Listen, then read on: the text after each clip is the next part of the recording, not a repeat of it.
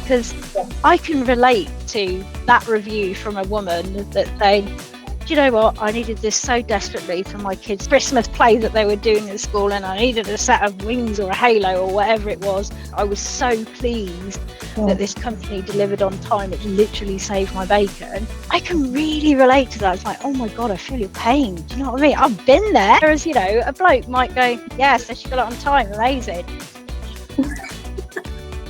It means nothing to me. You know, my focus primarily when I started out was usability, and that kind of stemmed from watching my first user session recording that was being done on a website that I was merrily building and designing and thinking it was awesome, and then watching this session back and literally banging my head on the desk. It's like, why don't they understand what I've designed or built, or how are they stupid, or is it me that's the problem? And as time went on, I realised it was me that was the problem. If you've got yourself into a position where you're standing on stage because somebody's asked you to present or whatever, then just take it by the horns and go for it. I mean, what's the worst thing that can happen? You can get a slow clap at the end. People aren't that rude, you know what I mean? They'll always go, yeah, that was great. You know, I tried to post on LinkedIn, you know, once a day, something useful. It was exhausting. I was just like, I haven't got enough time to do family stuff and work stuff and promote myself on socials. I just don't have the time for it. Just sit and watch some user session recordings for 3 hours of the day, right? When you're thinking, oh, I've run out of test ideas, go and look at some reviews. Go and look at that survey that's got 10,000 responses in it that you've not bothered looking at for decades. You know, it's just go and look at it, because the ideas will be there. I think women also have a responsibility to stand up more and speak up more and say, you know what, that's not good enough. It's not good enough for me. Yep. And as part of Gen X, I think I am, that's not something that we do. So it's been quite interesting for me to see younger generations come in and actually go, nah, we ain't having that. It's not good enough. Yep. And I think, yeah, go girls, just do it. Welcome to another episode of the Women in CRO series by WeWO Podcast. This series is an ode to the contribution of women in the CRO industry. Before we speak to our special guest for this episode, here's a quick summary of who we are and what we do. WeWO is a leading experience optimization platform that helps fast-growing brands optimize their digital experiences. Using our latest product, WeWO Insights, you can understand user journeys and identify conversion roadblocks on your website and mobile app. So, without any further delay, let's jump right into the conversation. Hello to all our lovely listeners and the viewers for our podcast. On today's episode of Women in CRO, we have a very special guest, Abby Huff, a seasoned professional in the conversion rate optimization space. She is currently the director at UU3 Limited. With a rich background in implementing and strategizing conversion rate optimization processes, Abby brings a wealth of knowledge in areas such as multivariate and A/B testing, user research, website heuristic analysis, and understanding consumer behavior and psychology. Her proficiency extends to UI/UX methodology, encompassing prototyping, design, and testing, as well as ensuring cross-device and browser functionality with a keen eye for quality assurance and a commitment to accessibility. Abby is poised to offer valuable insights into the intricate world of optimizing digital experiences. Hi, Abby. Welcome to Women in CRO podcast. How are you doing? I'm doing very well. Good blimey, that was an introduction and a half, wasn't it? It sounds like an awful lot when you listen to it, you know, spoken back to you. But yeah, that was a really good summary. Thanks for that. Thank you. Firstly, I wanted to thank you for accepting the invite and taking out your valuable time to speak to us. I'm really excited about talking to you, getting to know you, and about your journey. You know, there's so much to learn from. So really looking forward to this conversation. And one of my best, something that I love most about these podcasts and these conversations is how much you get to learn about different people, their perspective about life, right? I want to understand from you, right? Are there any specific philosophies that you'd like to share with us that have shaped up your life? In a long life I'm really old now, so there's a lot of experience to go from. I think my approach to this kind of work has always been slightly different to most CROs. So, my focus primarily when I started out was usability, and that kind of stemmed from watching my first user session recording that was being done on a website that I was merrily building and designing and thinking it was awesome, and then watching this session back and literally banging my head on the desk. It's like, why don't they understand what I've designed or built, or how are they stupid, or is it me that's the problem? And as time went on, I realized it was me that was the problem. So it kind of stemmed from there, and then also getting into the accessibility space as well. So understanding why people with certain disabilities have problems using websites and how we can overcome that. And this is kind of all snowball to my approach to where we are today. So my approach is very much a lot less, I hate to say it, but the cheesy aspects of CRO that you see, like putting timers up to hurry people through checkouts and all of this kind of trite, which I despise immensely, and more around what the customer or what the user actually needs from the website to use it or to be encouraged to buy from it. So very different approach, I think, and it's an area that a lot of CROs kind of not skip, but they give it a casual glance. Oh yes, we must do that user research side of it, or is the website accessible? Got no idea. So kind of looking at those areas, and actually for me, creating a niche around that has proven to be far more successful in terms of, I don't want to do vanity metrics or anything like that, but winning A/B tests and how much revenue additionally that can bring in. So I kind of like where I'm sitting. I like being a bit of an outsider in this big universe of optimization. And, perhaps what a lot of people see on LinkedIn of what they think is the right way to go towards optimization. Actually, I don't agree with that. And I'm quite happy to stand on my soapbox and push that point forward, really. Maybe I shouldn't. Maybe it's my USP. Maybe I should just keep my mouth shut. I don't know. So that's kind of how I got started in it, really. So going from a developer fresh out of university thinking they knew everything, really knew nothing at all, and then sort of diverging into this usability and accessibility side and more of the user research side of it, which then kind of, led to heading up the optimization efforts for various agencies, and then consulting for loads of different clients. It's quite interesting because I'm just preparing a talk for Conversion Boost in not very long at all, so I really need to get it finished. And part of that talk is kind of like what we're talking about now, sort of like where I came from, for people to understand that you're not just dealing with numbers at the end of the day. We're humans, and my big fear is that we're moving too far away from that, which won't be terribly successful for people who are trying to optimize in this age that we now live in, I think. So yeah, that's kind of my background.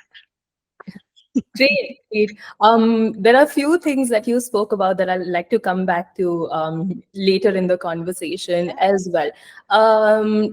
I also, while you were talking about your journey, right, I wanted to understand, I mean, you've seen so many different phases of this industry as well, right? Right from when you started, are there anything in specific that you'd like to talk about, the changes that have happened in the years, in the last few years, that have been very significant, or maybe something that you predicted could happen and also did, and maybe you thought that it would happen and it did not?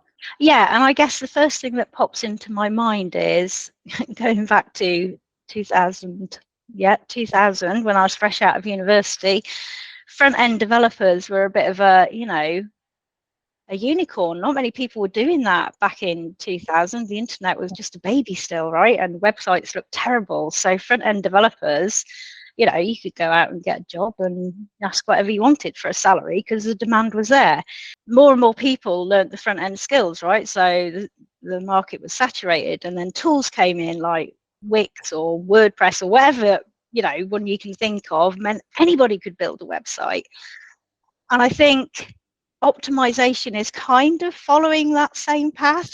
And the difficulty is that whilst, you can have these tools to make life easy for yourself, you still have to have a skill set there. So this is probably a question you're going to ask me again a bit later on in this, as what I see for the future. But just because we have the tools, it doesn't mean we're qualified to use them.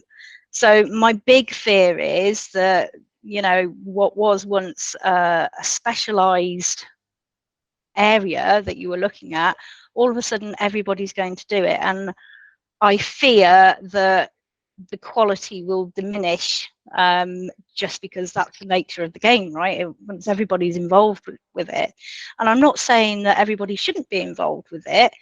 I just think there needs to be some clarity and education for those people who are not that familiar with it. Perhaps somebody's been said in a company, oh, well, we need to do optimization, and they're sat there thinking, I don't know, what does this even mean? Yeah. So I think that also feeds back to the experimentation culture thing, which I know is being driven a lot now. So I think there is a fear that a lot of people will be doing it very badly, and the risk of that is they're going to make poorly informed decisions about how a website runs and what needs to be done, etc., etc. Yeah. So I would really hope that the education piece can come in, and a bigger understanding all around about what it is you're actually doing and the potential good impact of that, and the potential whoopsie moments that nobody ever wants, but everybody will have at some point in their career. I've had a few myself, so I think that would be my big fear, that we head down that route. And then the other fear that I would have is the over reliance on AI for especially the area that I look at, so the human side of it, if you want. I don't think we're there with AI yet to anywhere near emulate a human perspective on it. It's great if you have a massive data set that you need analyzing, but at the end of the day, you still need to get in there down and dirty with, for example, reviews or survey responses, stuff like that. So I really hope that we don't lose the humanity of what we're trying to do, which I think is quite possible if we're not careful. Okay. That's a pretty interesting insight, because I know that I've been talking, of course, through the medium of this podcast, I've been talking to so many other guests as well, right? And when we talk about AI in general, a lot of the people, and in fact, I too have the same opinion, that I don't think AI is ever going to replace the human aspect of things, because of course, at the end of the day, AI is something that we humans created, right? And when we talk about user testing, A/B testing, these are for people, like for the customers, right? And these customers are again humans. AI, as much as we teach, make it learn things, it would not. I don't think it would reach a stage wherein the human aspect of things would move away in any industry for that matter. I feel it's going to be a good addition to our own skill set, but it may just not replace us at all. That's no, it absolutely won't. And when AI sort of kicked off, well, let's give it some credit, maybe a year ago when ChatGPT came out and all of that. I jumped on that bandwagon. It's like, oh yeah, an easy way to do, analyze 3,000 survey responses. I'm all over it like a rash. But being the person that I am, I used it and at the same time, I analysed the results by myself, by hand, looking through each one, categorizing it, all of the hard work that nobody really likes to do. And the differences in what I found compared to what the AI had decided were the main themes and everything were black and white differences. It was astounding, and I was like, okay, so we're not there with that yet. Yeah. Despite my very best efforts to do decent prompts and all of that. But AI is an AI doesn't have a bad mood or can't understand a bad mood or a day where you're just feeling off or you're super frustrated. It doesn't have empathy like a human does. So, and we are a long way away from that, and I hope we stay a long way away from that, because nobody wants to go down the Terminator territory, do they? It's I treat it with a good degree of caution when it comes to that side of optimization. Numbers are not my thing, and there may be many data people out there who are saying, oh my god, it's amazing to do all this sort of data stuff, and you go have at it. That's fine, but for where I work sort of area, it's not for me yet, and I'm not terribly worried about losing work because of AI at the moment, I'll put it that way. So I might be eating my words in 6 months time, I don't know, but for now I'll just be happy doing my own analysis. Thanks very much. That's fine. Great. And Abby, you have been a part of so many conferences, right? You're an international speaker, you attend so many events. Like, is there something in specific that you look forward to when you're attending these events, and is there a process that you follow for your preparation? Yeah, so if you look at my speaking list, I don't do it very often. And the reason for that is I absolutely despise standing up on a stage and talking. It is so far out of my comfort zone. I really it takes a lot for me to say yes to do a presentation. I get really nervous about doing it, and it's just my idea of a nightmare. So I don't want to put anybody off that's going to Conversion Boost, but I'm just going to say, if I'm a bit nervous, that's why, because public speaking has never been my forte. Okay. So first of all, it has to be a conference that I really want to attend for a start. So there has to be a good lineup. There has to be, the opportunity of good networking. I'm thinking about me primarily. It's like, well, what's in it for me? And the second thing about it is sometimes you just have to step out of your circle, right? You have to learn new skills and face up to your fears. And one of the things that I have learned with aging is that actually now I don't care so much about what people think. And that sounds really quite harsh, doesn't it? So, and I will talk about a topic that I think is useful for people. So, every presentation that I've ever done has come from a personal experience or something that's really aggravating me right now within the world of optimization. So, for example, this Conversion Boost one is all about customer lifetime value. But it's not really about customer lifetime value. It's actually about what we've just talked about, is like why we're losing our humanity with the work that we do. And if you have a topic that you're, very passionate about, which I am on this particular subject, then it's much easier to talk about it, even if you're scared to go and do it. It's that's one of the things to think about. And the other trick, if you want, that I have learned is to basically tell a story. You have to tell a story, because a story is so much easier to remember than standing on a stage and rattling through, a load of stuff that you might have done that possibly made a difference. I don't know. Yeah. It's far easier for me. And again, if you tell a story that's personal to yourself, people are more likely to remember it, I think. Every talk that I have ever remembered, and the ones that I still remember now, they either have a really good dose of humor, because that's another thing to remember. I think you have to be at least, take the mick out of yourself, because nobody's perfect. I think it gives people more of a reason to relate to you. They can sit back and think, oh, well, if they made that mistake, then, that's fine. We're all doing okay, Yeah. So those are the two things. And I think my advice to anybody that is thinking about presenting and, feels like me very much, like, oh no, I just can't do it. What will people think of me? Is just give it a go and not worry about what people think. If you've got yourself into a position where you're standing on stage because somebody's asked you to present or whatever, then just take it by the horns and go for it. I mean, what's the worst thing that can happen? You can get a slow clap at the end. People aren't that rude, you know what I mean? They'll always go, yeah, that was great, And I wouldn't place too much merit on, because they'll do keynote scoring and stuff like that. And I never look at them. I don't want to know, really, because I would depress myself if I got a load of really bad scores. I wouldn't do it again. And that's not growth as far as I'm concerned. So anybody out there thinking about it, top tips, find something you're really passionate about talking, turn it into a personal story so you can remember what you're saying when you're up there on the stage for a start. And you're guaranteed that people will relate to it. So, and find something a bit different. Don't do what everybody else is talking about.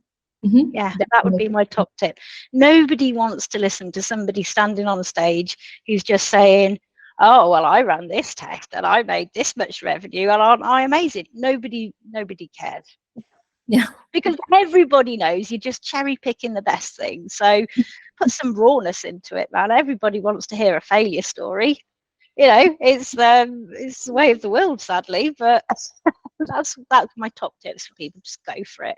And if people don't like it, they don't like it. At the end of the day, you got an experience from going up there. You learned something. Yeah. There you are. In fact, you can see my process on my window. If this was being recorded on video, I have Post-it notes and I literally just splatter that until I get some kind of storyline that comes out of it, hopefully within the time that I've been given to speak. And if you overrun, you overrun. Nobody gets coffee. It's fine. Just chill out about it, really. That's what I would say. Yeah. Great advice. I feel a lot of people who are hesitant, that's a great advice for them, specifically when we talk. And I feel not just for speaking, right? The advice that you mentioned, you don't care about what people think. I feel like we really need to take a chill pill here and not take us so seriously, because a lot of the people they're not just thinking about us at all. They're concerned about themselves. So you just do what you feel is right, and maybe it works out. And if it doesn't, it's a good start. Yeah, and exactly. So that's a great way you do you. I love that phrase. Just you do you. And if people don't like it, then that's their beef. It doesn't really impact you. And, you talk about the longevity of my career and networking and stuff like that. I have always presented myself as me, right? I've never tried to put on a facade about who I am or, how wonderful I am or anything like this. And I really think people genuinely appreciate a bit of authenticity these days, because there isn't enough of it. Everybody can see through the facades. You just have to look at LinkedIn for 10 minutes and you're sort of exhausted from it. Do you know what I mean? But I think absolutely top life tip, just be more authentic. And the people that resonate with you, that's your crowd. Do you know what I mean? It's who are you trying to impress? Why are we all so desperate to get the limelight and impress people with X, Y, and Z? And it's a lot of pressure on you as a person for a start. I mean, I went through a stage where I tried to post on LinkedIn, once a day, something useful. It was exhausting. I was just like, I haven't got enough time to do family stuff and work stuff and promote myself on socials. I just don't have the time for it. So that's why my LinkedIn feed is quite quiet, because I'm kind of out there doing the work. I'm not talking about it. I'm doing the doing, not posting about my wonderfulness. So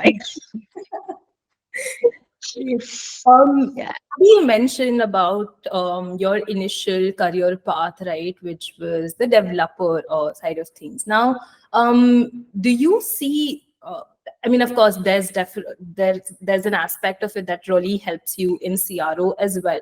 But would you like to highlight or talk about how that's really helped you? And the other side of it is that while you were a developer, you're also a consumer, right?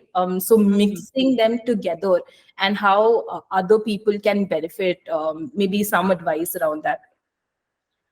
Oh, yeah. So developing. I'm very glad I stopped doing it. Maybe that's why I'm doing more optimization these days, because development for me, even when I was at university, we were learning to code in Java. Yeah, so like proper coding, not front end coding, if you want. I realized I didn't really have the head for coding. It wasn't my thing, especially back end stuff. The front end, it was brilliant because I could change something in the code and immediately see an effect. It's like, that works really well for me. It's good. Yeah. But having some knowledge of how back end code works and front end code works and databases and all of that stuff, it played really well to me, because not only had I lived it when I was in the position then when I was having to propose tests and QA tests and, you know, do all the quality assurance thing, it was quite easy to go back to said developers and say, well, that's not right, is it? You know, I think you're telling me porcupines in terms of how long this is going to take to build and all of that kind of thing. So it was good to have some ammunition to push back when I needed to. Equally, when working with clients and, you know, a client would come up with an interesting idea for, I'll put it that way, it was quite useful to be able to go back and say, well, actually, technically, I don't think we're, you know, the return on investment for doing that is not worthwhile. Perhaps we need to rethink it. So to have that kind of background knowledge in terms of prioritizing work or saying if something was possible, or, you know, figure it out if somebody was just couldn't be bothered to code something. It was quite helpful, I suppose. Yeah, I wouldn't say I use my coding so much these days. Yes, I could probably put together an A/B test if I wanted to, but that moves, coding standards and languages move so fast. You know, it was bad enough back when I was 20. I would shudder to think what it's like now. From a personal point of view, I just don't think I can be bothered. But yes, very useful if you're working with optimization to at least have some basic, well, probably a little bit more than basic knowledge around the coding, just so you can navigate the strategy and planning and general office culture wars that go on when you're running an optimization program. So definitely useful for that. And also if you're in the position where you're having to QA the test, because everybody's had to QA a test at some point, if you can, you know, very specifically tell the developer, well, actually, I think that bit's not quite right, you know, it saves time. So very useful, but not something that, yeah. And you were talking about your clients, right? People bringing in new ideas.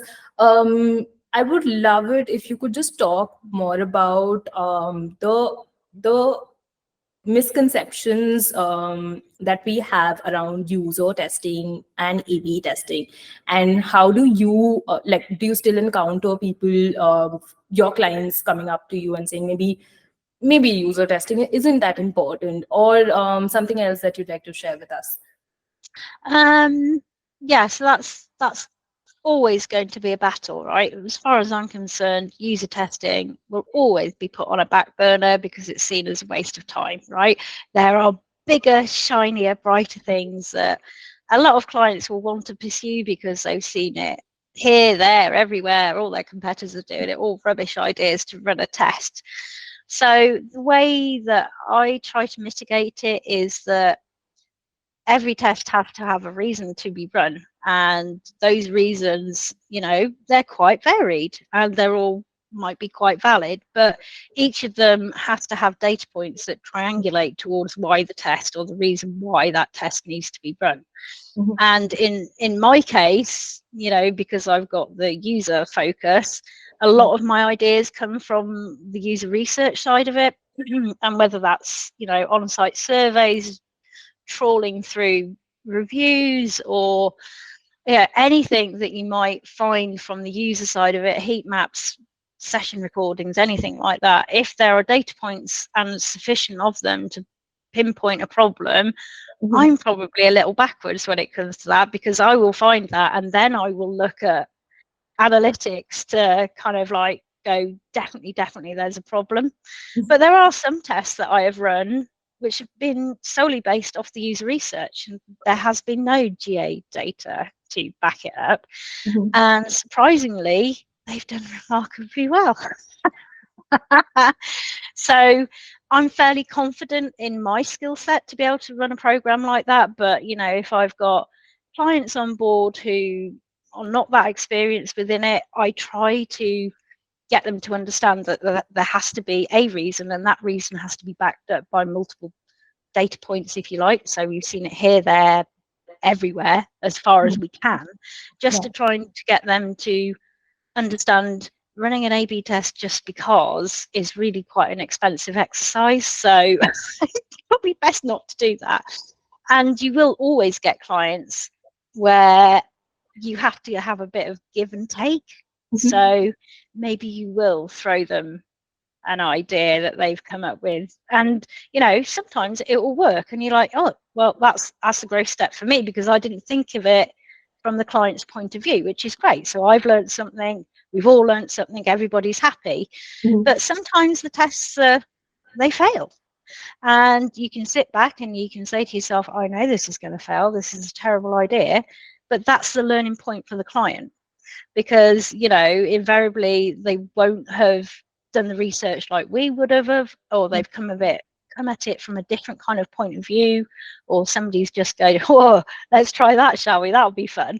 And so that's the learning point for them, because sadly, you know, they've wasted one of their A/B test allowances if it's been run like that, and we've learned nothing. So it's kind of like this feedback loop, and it really is about getting to know the people that you're dealing with and understanding what buttons to push to get what you want, where you realize the hazard zone is, as in, nope, we're not going there, it's not going to happen. And really kind of from a business point of view, and again from their personal point of view, what are their priorities, what are their biggest fears at night, you know, what are their ultimate goals? And if we don't understand any of that, so we don't understand the business and we don't understand the people we're dealing with, it's all going to be a wasted effort anyway. So it's kind of just building that atmosphere up of understanding each other. Again, it goes back to the human side of it, right?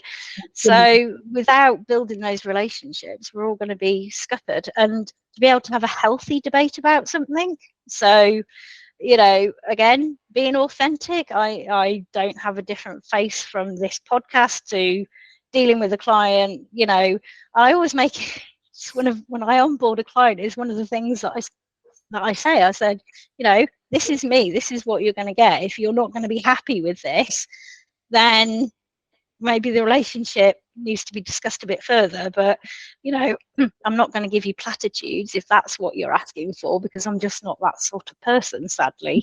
So I think going into any relationship from that open point of view, just literally serving it up on a plate is like, this is what you're getting. It's worked quite well for me, and people seem to appreciate that, I think. So a no BS approach to optimization. Yeah, I mean, it's important to be very transparent and upfront with people, irrespective of who they are, right? I think it just helps both the parties as well. You spoke about your different kinds of tests, tests that you may have brought to the client or the client may have brought to you. Can you talk about any of those specific tests that you ran maybe recently, or maybe you oversaw any project wherein you had a learning and discovered a completely new insight? I think I can only say sometimes if you don't spot the obvious, you're missing a gold mine, is the easiest way that I can put it. And it really just sit and watch some user session recordings for 3 hours of a day, right? When you're thinking, oh, I've run out of test ideas, go and look some session recordings, right? Go and look at some reviews, go and look at that survey that's got 10,000 responses in it that you've not bothered looking at for decades. You know, just go and look at it, because the ideas will be there.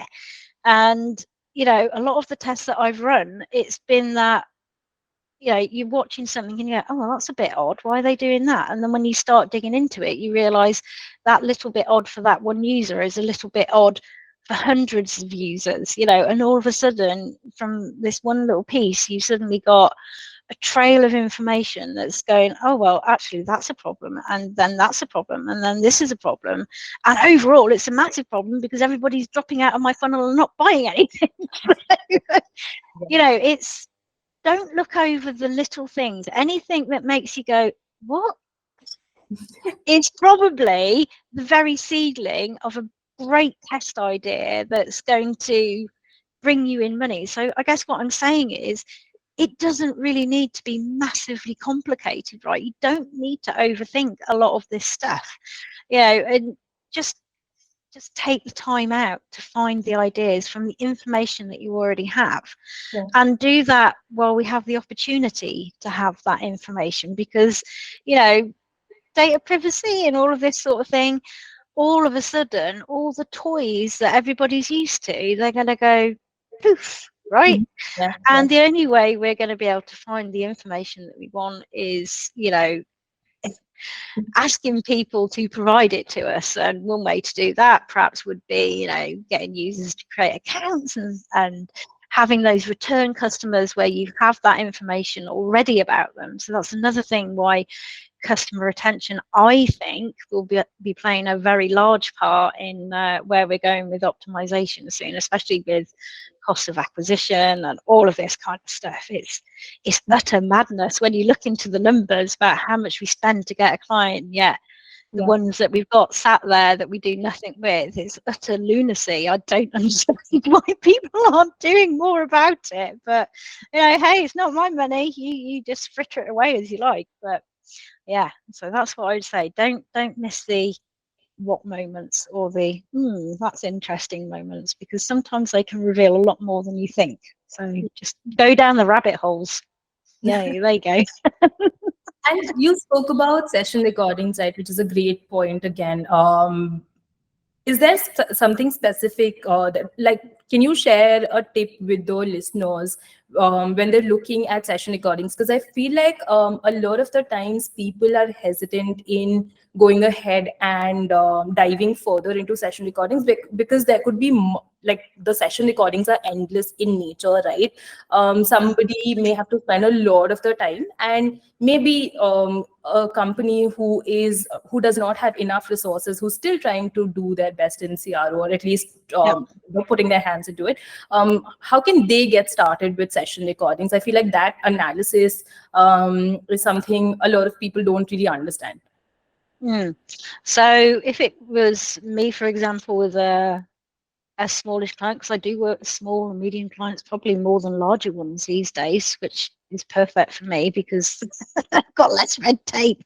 If it was me starting out, then I would be starting session recordings for the customer's entire journey for a start, right? And I would be gathering a good amount of those to get an overview of what is going on.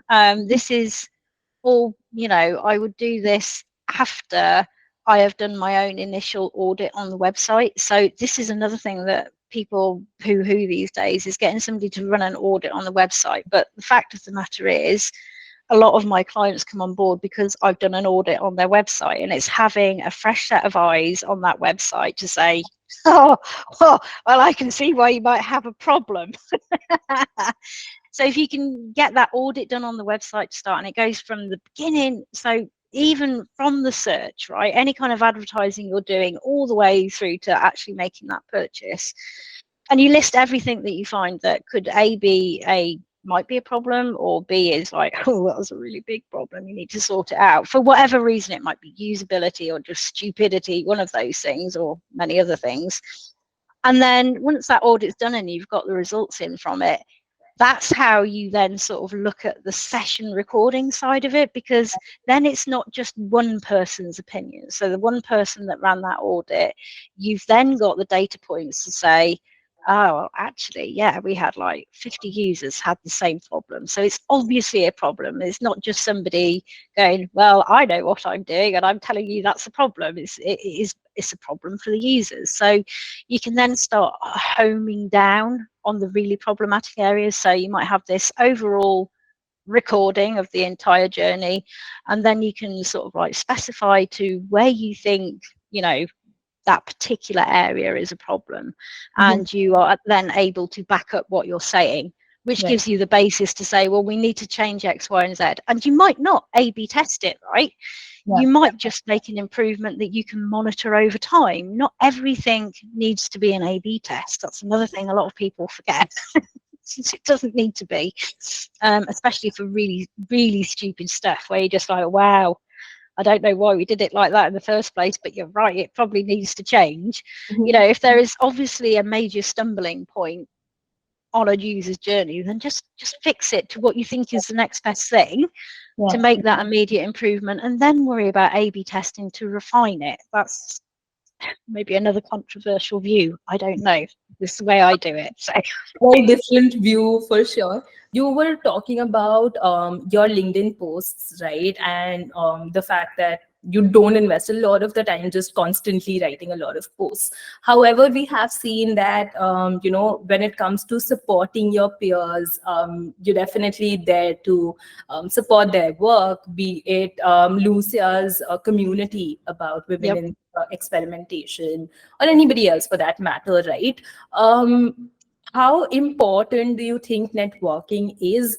And for the newcomers, is there an advice that you'd like to share? yeah, speak to people in real life. Yes.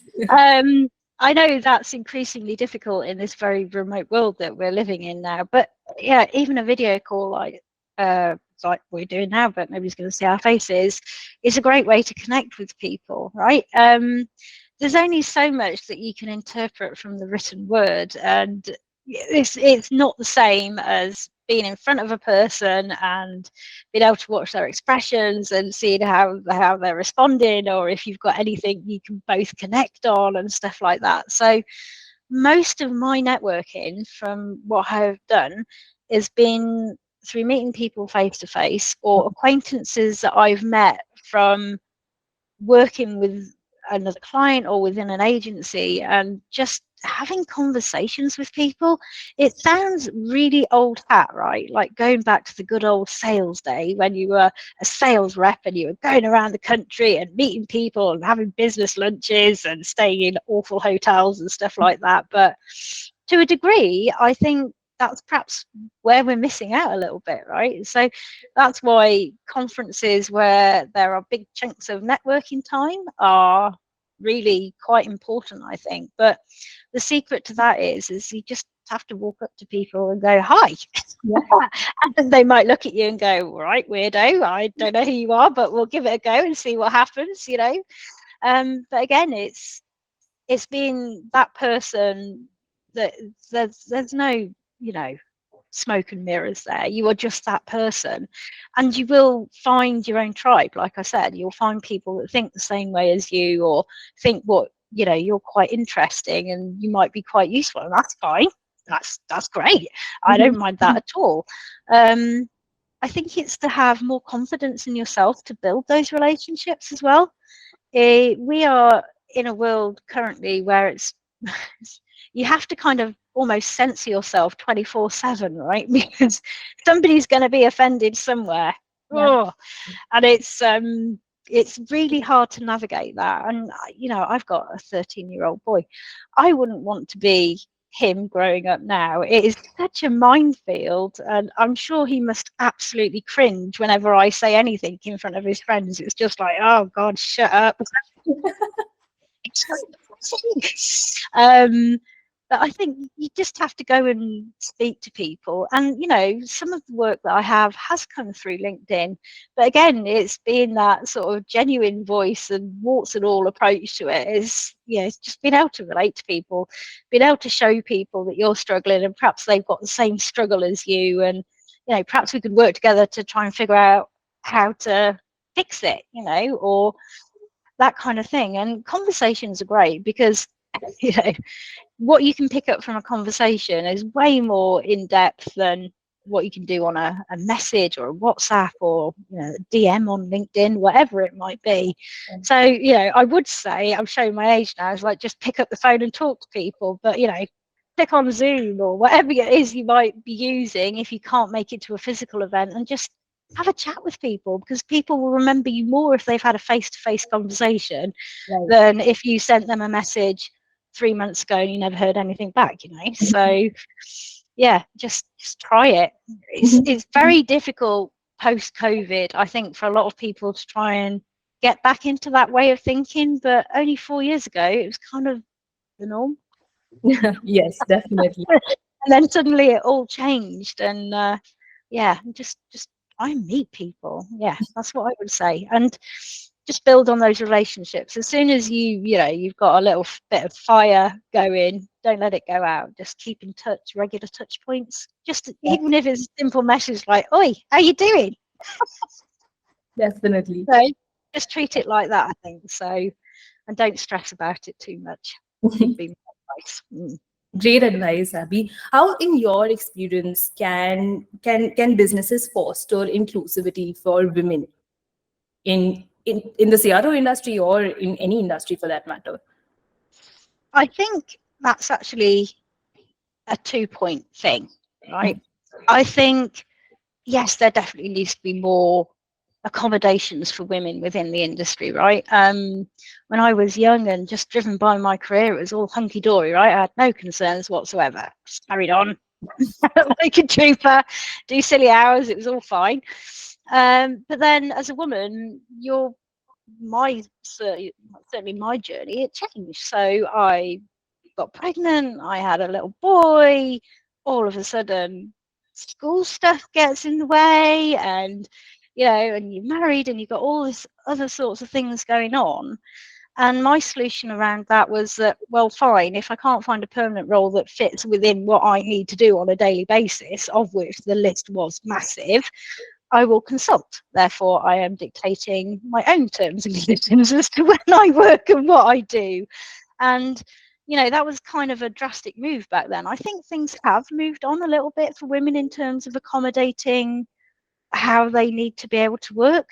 You know, the school run, bloody hell, I hate the school run. It's, you know, every day, 8 o'clock out the door, back at home at 8:30, back out the door at 3 o'clock, back home at 3:30. You know, it's one of these things that I can't get out of. It is part of my day. It's part of my job as a mum.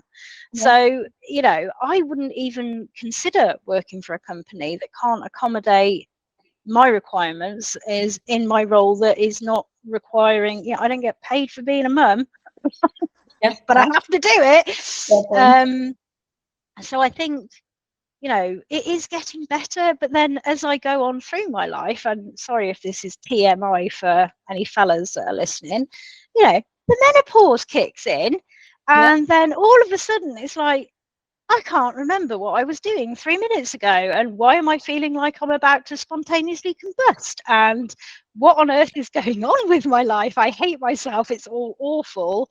So all of a sudden you have this other curve as a woman to deal with around that. And I know in the UK they've recently introduced some guidelines about how to help women go through the menopause of the workplace, which is great, and it's utterly useless. You know, it's just like, oh, provide fans.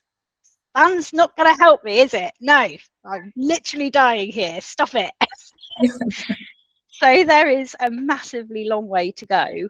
But despite, you know, the company's responsibility around it, I think women also have a responsibility to stand up more and speak up more and say, you know what, that's not good enough. It's not good enough for me. And as part of Gen X, I think I am, that's not something that we do. So it's been quite interesting for me to see younger generations come in and actually go, nah, we ain't having that. It's not good enough. And I think, yeah, go girls, just do it, because at my age, it's just like, oh, well, yeah, okay. Yes. We'll just carry on regardless, even though we're falling apart at the seams. It's so I'm really glad to see that women are taking that megaphone and going, it's not right, and why should we, for example, be paid less than our peers for doing the same job? Yeah. It's utterly ridiculous. And I really hope that there is a shift in waters, because women can offer such a different perspective, because our life is from such a different perspective in so many different ways than it is from a man, right? And it's probably why I enjoy the user side of it more than the data and numbers, because I can relate to that review from a woman that's saying, do you know what, I needed this so desperately for my kid's 5th Christmas play that they were doing at school, and I needed a set of wings or a halo or whatever it was. I was absolutely desperate. I was so pleased that this company delivered on time. It literally saved my bacon. I can really relate to that. It's like, oh my God, I feel your pain. Do you know what I mean? I've been there. So, and all of them immediately, that turns into messaging for the website, right? It's like you can, and if your segments are nearly all females, and why not play off that? Whereas, a bloke might go, yeah, so she got it on time, amazing. It means nothing to me. So I think women have so much to offer. And yes, we might have different skill sets, but that doesn't mean they're any the less valuable. It's all about that sort of like omnipresent understanding of who you're dealing with, right? And men can't do it on their own, and women can't do it on their own. It has to be this joined up thinking, which is something that we've also talked about in optimization for many, many, many years. And I'm still not sure we're entirely there yet, if I'm being honest, but more of that, it's just having equal respect for different viewpoints on stuff, different perspectives on it, and trying to understand each other much better. So I think, as long as women feel that, no, I'm not going to say feel, I think as long as women understand that their viewpoint is as important and they have every right to stand up and say what they think, and not be intimidated by the situations that they are in, because a lot of what I hear back is that women are like, oh, well, we don't feel like we should say that, or maybe it's not our position to comment on that. It absolutely is, right? And don't worry about being tarred with that, oh, that gobby woman, or she doesn't know what she's saying. You say it loud, and just don't care. Just be the woman that get through all of life and all of its difficulties that it presents to women as a population. Just be the one that stands up and says, no, I've got a voice and I'm going to be heard, and it's just as valid as all of you, and I'm going to do this and I'm going to do that, and yeah, I don't care. Yes, definitely.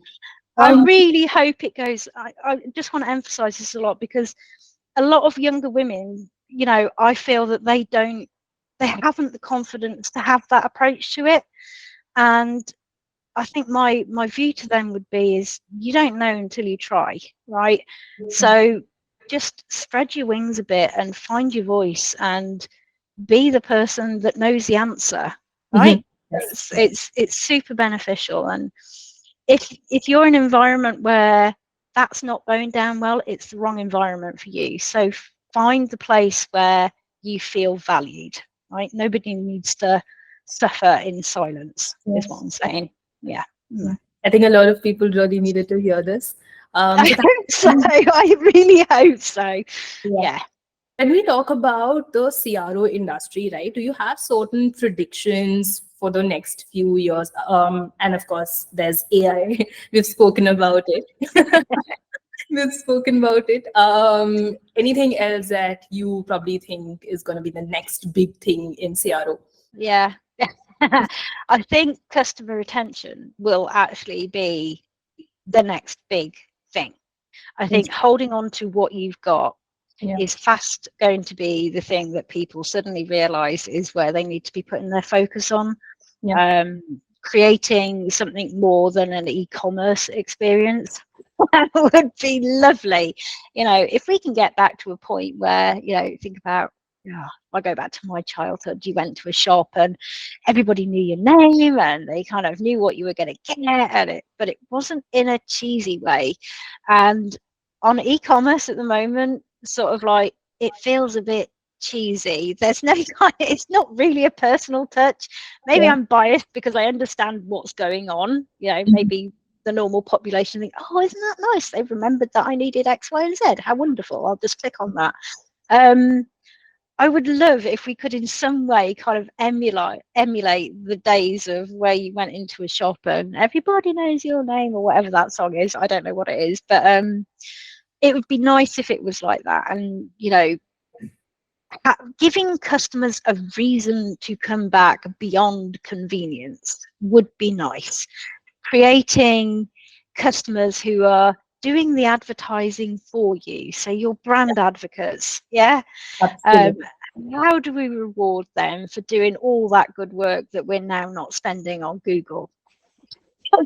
How can we do that? But again, not in the ways that I have seen, up until this point, where it's like, oh, well, yes, become a brand advocate and we'll give you 10% off, because that's not what it's all about. You don't want them to become really bad salespeople for you. You want them to genuinely believe in what you are selling and how you're delivering it and how it's helped them, and for them to go out and spread the good word, right?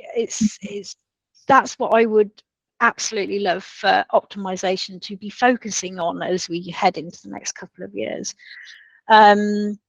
What I don't want it to be is strictly controlled about the computer says no or yes. I think it's too black and white, and I think the lines can be getting too blurry too quickly.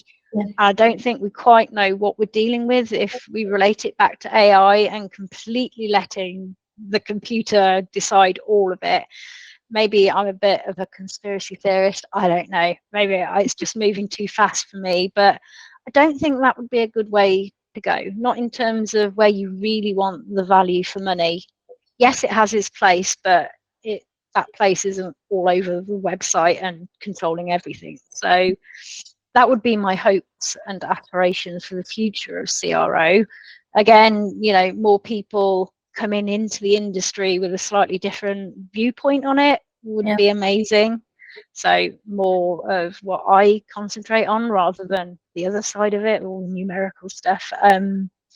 That's what I would kind of hope. And just for everybody to realise we're all humans at the end of the day. Yes. It would be nice. It would be nice. But I don't think we'll have a lot of choice with, gathering data and learning stuff about users is going to become more and more difficult. I think over the next couple of years. So we've really got to shift our focus as to how we learn about them, with them willingly allowing us to learn about them. And I'm not talking about stupid cookie banners that prevent you from using a website unless you say yes to everything and signing your soul away to the devil. I'm not talking about that approach to it. A genuine exchange of information between e-commerce sites and their customers, I think, would be lovely. Yeah. Interesting. Abby, we were talking about newcomers in the industry, right? At the beginning of our conversation. And I would love to hear more about that thought, because I felt that was a very interesting point. Any advices for the newcomers? And when you said that maybe, in the recent times, everyone's getting into the CRO world, would love to understand, when we talk about smaller businesses, right? Everybody may not have CRO specialists on board, right? And I, of course, know that there are agencies, but a lot of the companies, they do depend on different departments to at least get started with their CRO journey. It could be just the digital marketing team as well, who definitely, like a lot of companies do that, right? Digital marketers do step into A/B testing. Any advices for them, or any advice for anybody who's actually a newcomer, a fresher in the industry, and something that you'd like to share with them? So if you're in situation one where you're working with a good company and somebody's decided you're the CRO person, learn as much as you can about all the various aspects of CRO, so you have a really good grounding of what's going on and what you're actually doing. Yeah. Because you don't want to be getting caught out on a lie, right? So you need to absolutely understand the process from where you are. And if you're in that small company, start with what you know in terms of your customers and build it out from there. Yeah. If you don't want to get into the A/B testing side of stuff, you just want to make the improvements and start with your users. And if anything, get a CRO who knows, is experienced in it. Yeah. Just get the budget to get that first initial audit done, right? Because then you've got a blueprint to work from by yourself, right? If you don't know what you're doing, you're going to learn a huge amount from that audit, because a good auditor will tell you why it's a problem, how they came to that conclusion, and what the fix should be, right? So you're already learning from that person. So the return on investment from you is going to be huge, okay? Because you've probably got a year's worth of stuff to look at. So less work for you. If you're in the industry where you've decided CRO is absolutely your thing, it's what you're going to concentrate on, you love it. Again, having a grounding in everything is great, but not one person can do all very well, is my view. I very quickly learned that, like I said previously, numbers are not my thing, right? I look at a spreadsheet and I literally want to die. It's just like, yes, it's not my thing at all, right? Analysis of results is not really my thing. I can tell if something's all right, or if it's great, or if it's not great. But freely admitting what my weaknesses were was absolutely eye-opening for me. So instead of trying to invest my time in learning something I was just genetically not ever going to understand, and letting it go and realizing there are people that can do that job better than I can in a shorter amount of time, let them crack on, right? I know what I'm really good at and what I'm really interested in, and that is what keeps me in the industry. I think if you try to stretch yourself in too many different directions, you're going to do everything but not to the best of your ability. So finding the thing that floats your boat and specializing in it is the way to go. That would absolutely be my advice. And if you can find a facet of optimization that's been neglected but is genuinely quite useful, usability and accessibility, I'll just say it, do it, right? If it interests you and you think you can make a genuine difference with it, then do it. I feel sorry for anybody who's in the position where they have got to do it all. I don't think it actually makes great for an optimization program, because it's a singular point of view. There's one person who is having to decide everything, and you become biased, right? You're going to, it's just going to happen. So unless you have a team of people that can support you and you can all work together, it's going to be a real struggle. I know, I've been that person. It is hard work. So by all means, use that as a proving ground if that's what you have to do, but quickly move to a situation where you've got other people around you that can, help you with stuff that you want to get better at, that you're interested in, but equally allow you the time to really focus on what you think you'd like to do long term. Those are the bits of advice that I would give to people. Don't be stuck doing something you hate. Nobody can do it, because you won't do your best work.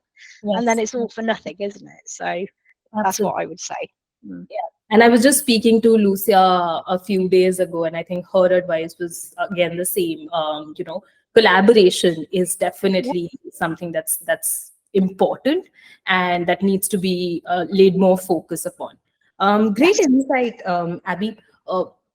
I know that you mentioned when we talk about speaking or public speaking, right? That's not really your forte, or you may not like it as much. But if you were given an opportunity for a TED Talk, what would your message be? Like the snippet of the code related to conversion optimization or life in general? I think life in general. We've spoken enough about conversion. Yeah. If I was to do a TED talk, oh, that's interesting. Yeah, how to survive home educating your child in a pandemic. That would be one. If I was to do another one, it would be about how to be yourself in this world in 2024. How to be yourself, and how to be comfortable with who you are, and why trying to live up to expectations is a fool's errand. Really, that's what I would say.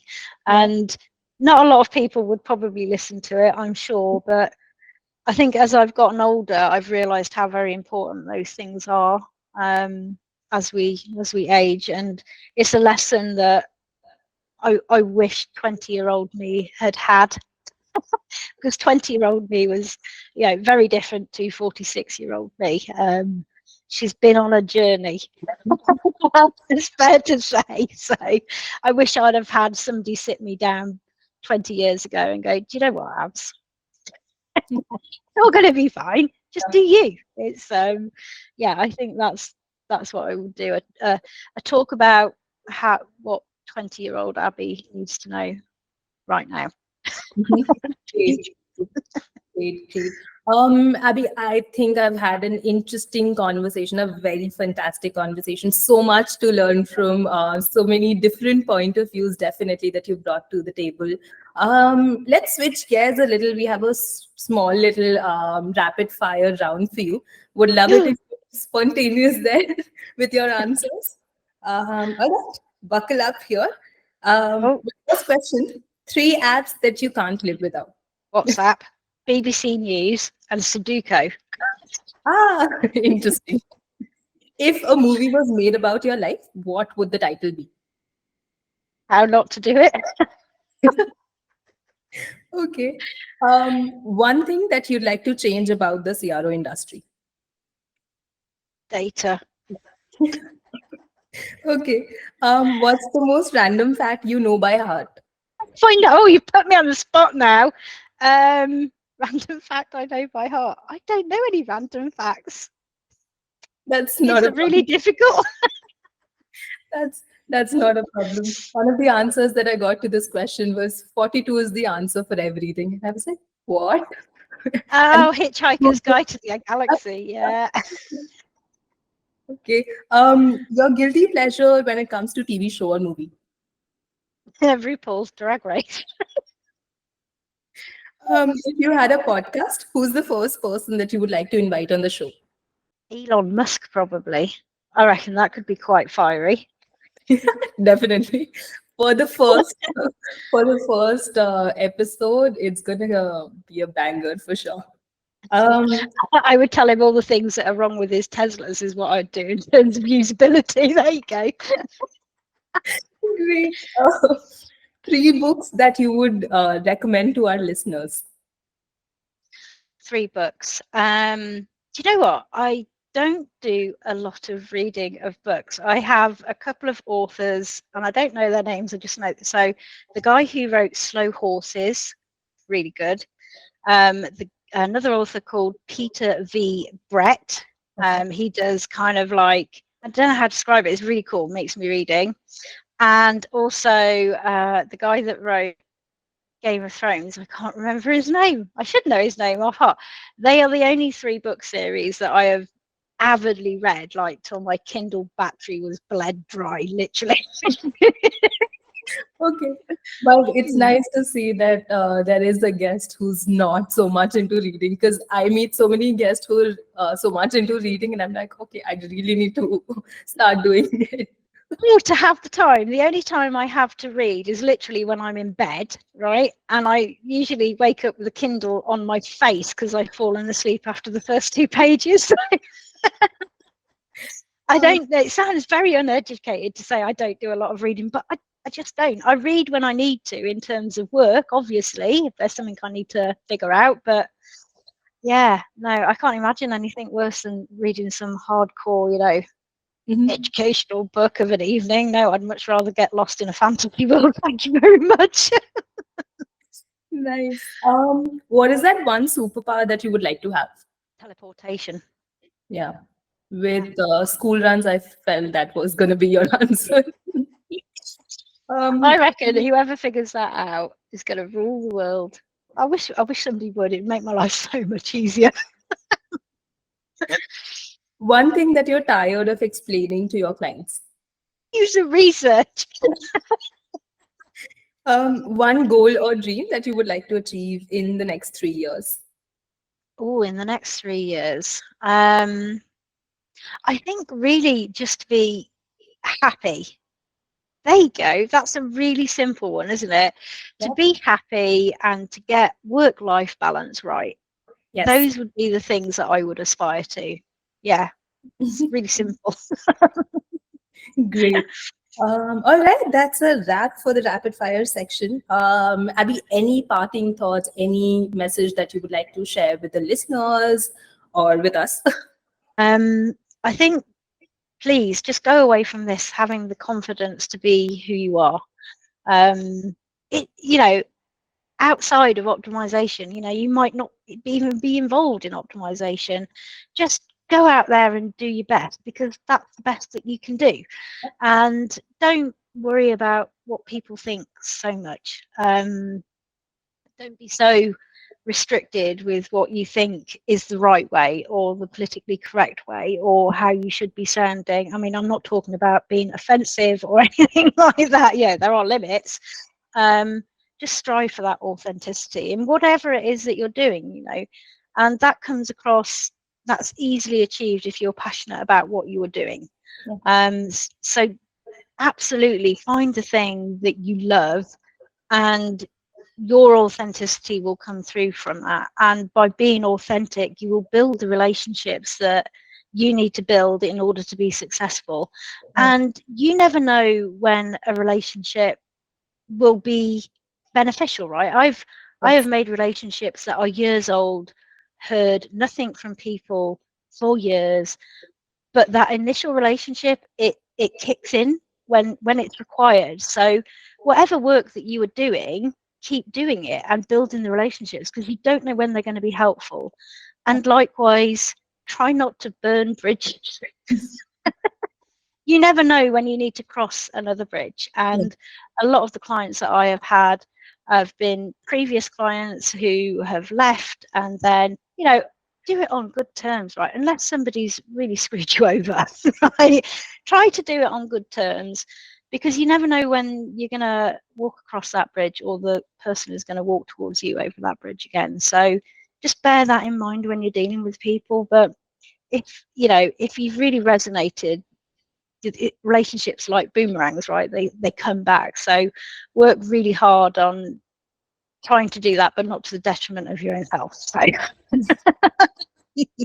that would be my top advice. Just give yourself some time and some breathing room, right? We're in such a fast-paced world. Sometimes we forget to sit back and just think for a minute about what we're doing and where we're going and how we're going to achieve it. People need to spend more time in the woods.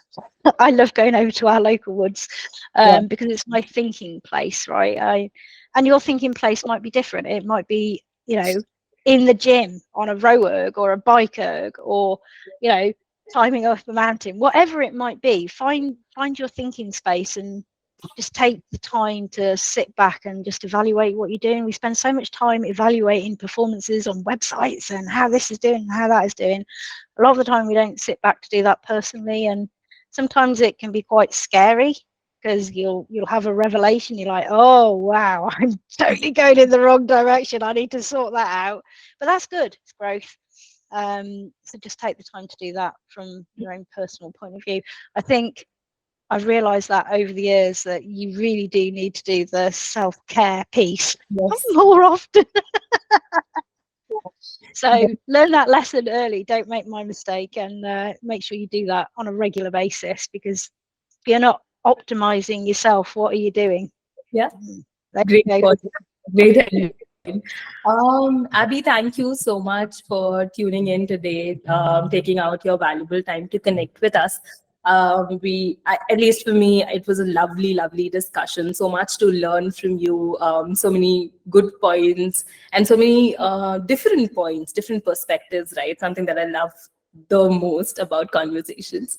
So yeah, Yeah, thank you so much for great. tuning in. I hope you have a great week ahead and a very, very good 2024.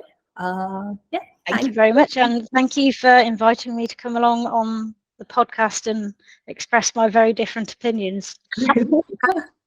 It's great. Yeah, thank you, Adi.